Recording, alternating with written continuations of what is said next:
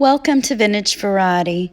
Today I'll be sharing some of my most recent finds along with some wonderful gifts that I received during the holidays. So the first items that I'm going to show you guys today are my latest finds.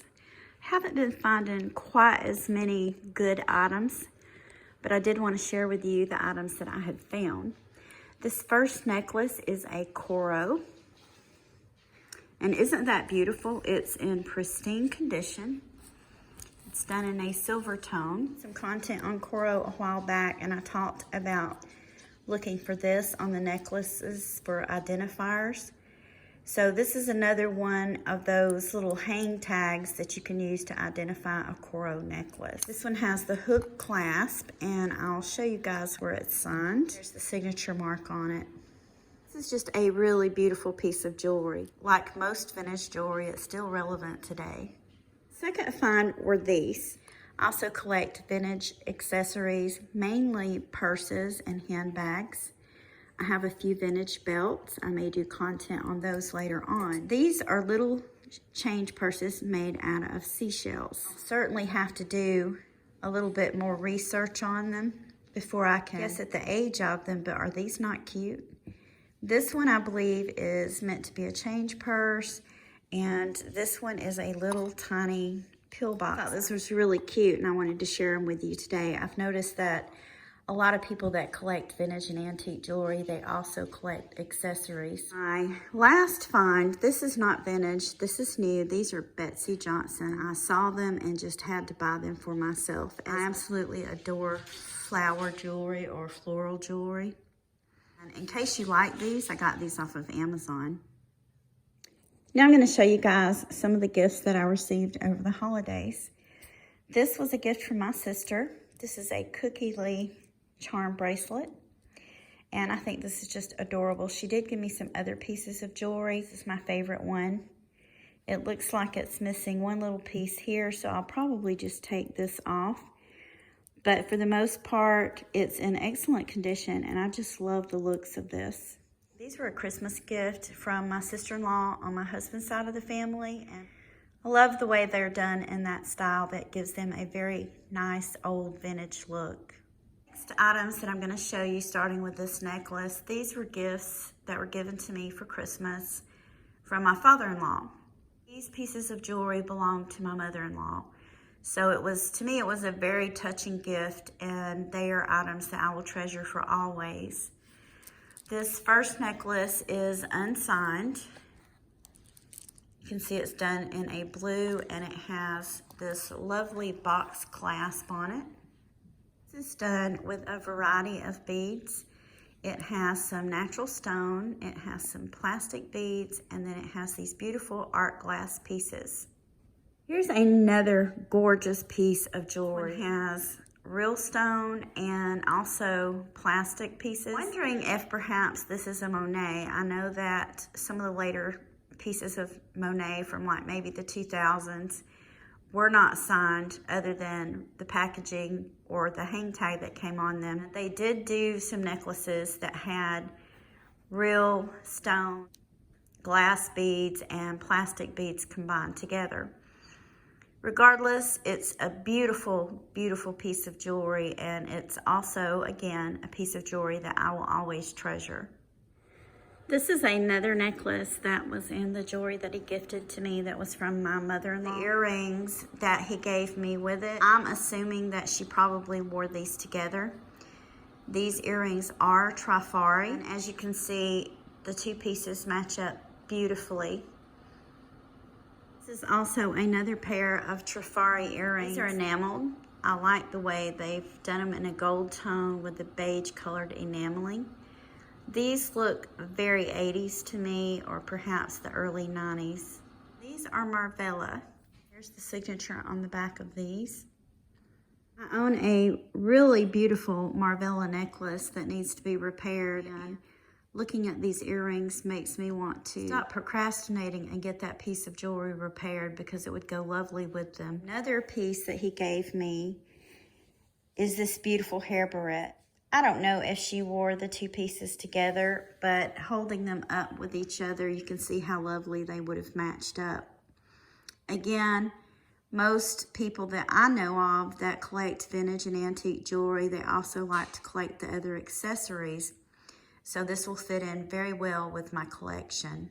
These are Liz Claiborne, and just look how gorgeous these are. These are just classic. They almost remind me of Chanel.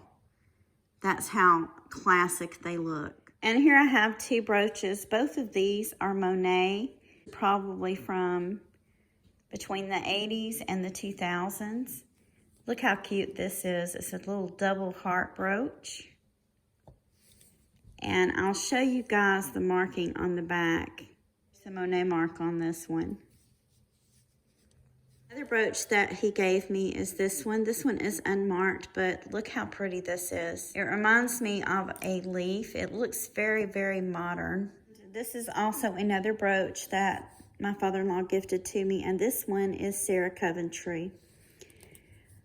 I love Sarah Coventry jewelry. It reminds me a lot of my grandmother because it is a jewelry that she also loved. I'm going to try to zoom in so you guys can see the name. Hopefully you can make that out. And this one is signed Sarah Cup. Very pretty silver-toned brooch. These are also pieces that my father-in-law gifted me that belong to my mother-in-law. Now, I never got the chance to know my mother-in-law. She passed away long before I ever met my husband. So that's why it was very touching for me to receive these as gifts. They're something that I will treasure and honor always. These are pieces that she never wore. And from what he told me, he believed that they most likely belonged to her mother or perhaps even her grandmother. This first piece, I'm going to zoom in on it so you guys can get a really good look at it. Is this not gorgeous? And this piece is signed,